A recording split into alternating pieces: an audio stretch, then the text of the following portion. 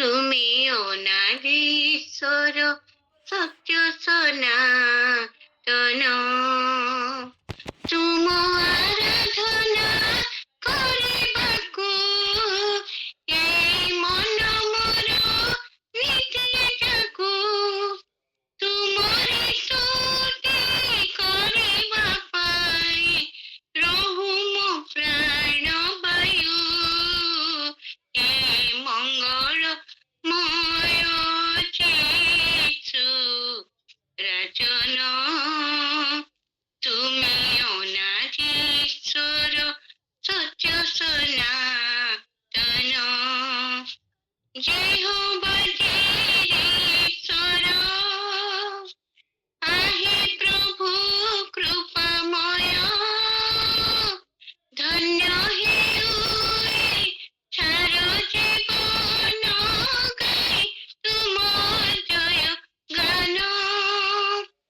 ତୁମେ ସ୍ୱୟଂଭୂ ଈଶ୍ୱର, ସଗୌରବେ ପରିପୂର୍ଣ୍ଣ, ଭକ୍ତି ଭରେ ତବ ଚରଣେ ବିତି ଯାଉ ମୋ ଜୀବନ।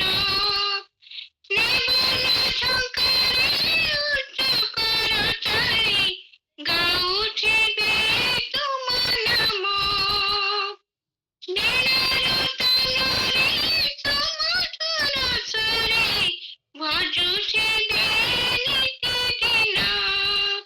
ଏ ମଙ୍ଗଳମୟ ଯୀଶୁ ରାଜନ, ତୁମେ ଅନାଦୀଶ୍ୱର ସତ୍ୟ ସନାତନ।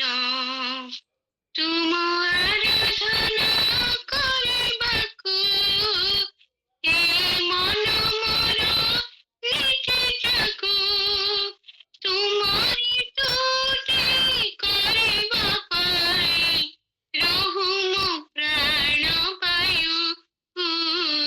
ଏ ମଙ୍ଗଳମୟ ଯୀଶୁ ରାଜନ, ତୁମେ ଅନାଦୀଶ୍ୱର ସତ୍ୟ ସନାତନ। ତୁମେ ଅନାଦୀଶ୍ୱର ସତ୍ୟ ସନାତନ।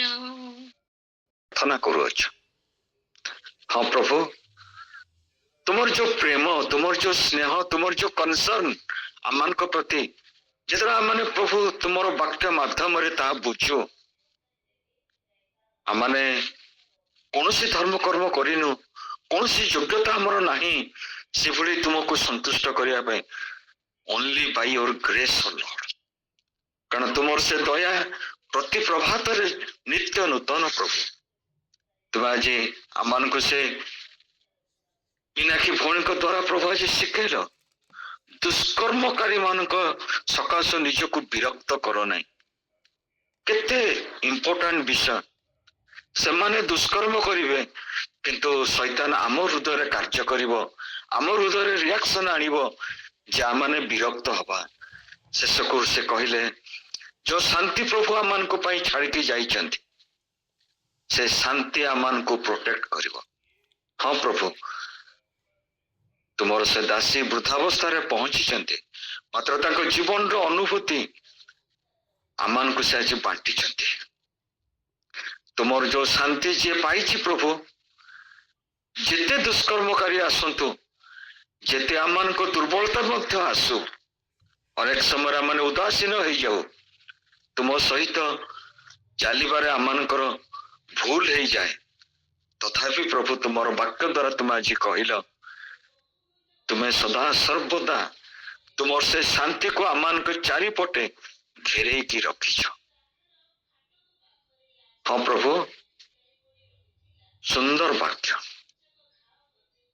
ଆମମାନଙ୍କୁ ତୁମେ ଆହୁରି ସଜୀବିତ କରିଛ, ଆମମାନଙ୍କୁ ଆହୁରି ନିଜକୁ ଆତ୍ମସମୀକ୍ଷା କରିବା ପାଇଁ ଗୋଟେ ସୁଯୋଗ ଦେଲ।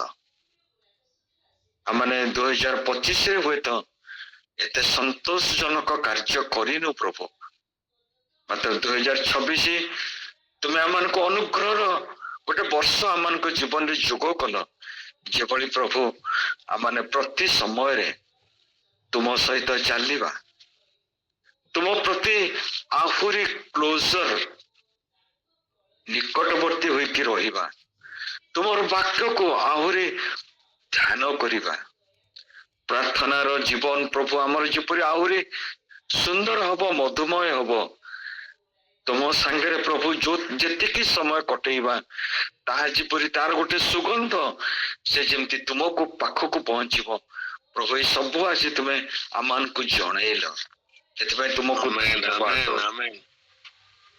प्रशंसा करछु गौरव कीर्तन करछु प्रभु कारण तुमर वाक्य केबे मुख निर्गत वाक्य केबे निष्फल हबनी प्रभु आज जो भूमि रे से वाक्य सब पड़ी प्रभु निश्चय से 60 गुण 80 गुण 100 गुण रे ता फल फलिबा को हबो एवं फलिब मध्य से प्रभु तुमर से स्पेशल ग्रेस मागुछु दया मागुछु धन्यवाद दौछु प्रभु तुम्हें मिनी भौणी को यही बयस मध्य व्यवहार कर से गीत द्वारा तुम्हें गौरवान्वित होच महिमान्वित होच विभिन्न स्थान रे से गीत भी दियंती बोलती आओ वाक्य भी प्रदान करती प्रभु तुम्हें ताको एते गुण रे विभूषिता करिछ आमने तुमको धन्यवाद दौछु से आमानकर प्रभु गोटे बेकन लाइट जी आमान को पथ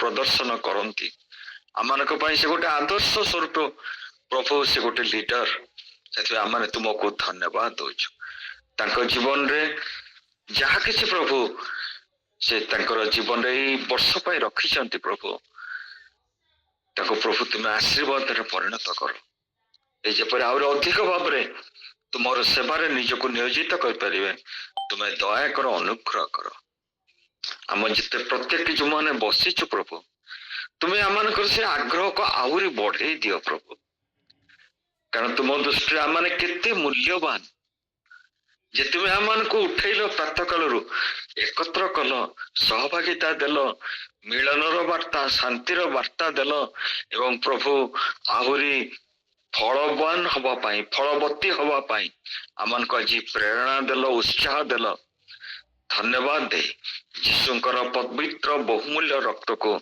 आम प्रत्येक ऊपर स्पेशली मिनी भौणीकर ऊपर तांको परिवार ऊपर स्प्रिंकल कर कवर कर सील कर यीशुंक नाम मागिले सुना ग्रहण कर आमेन आमेन।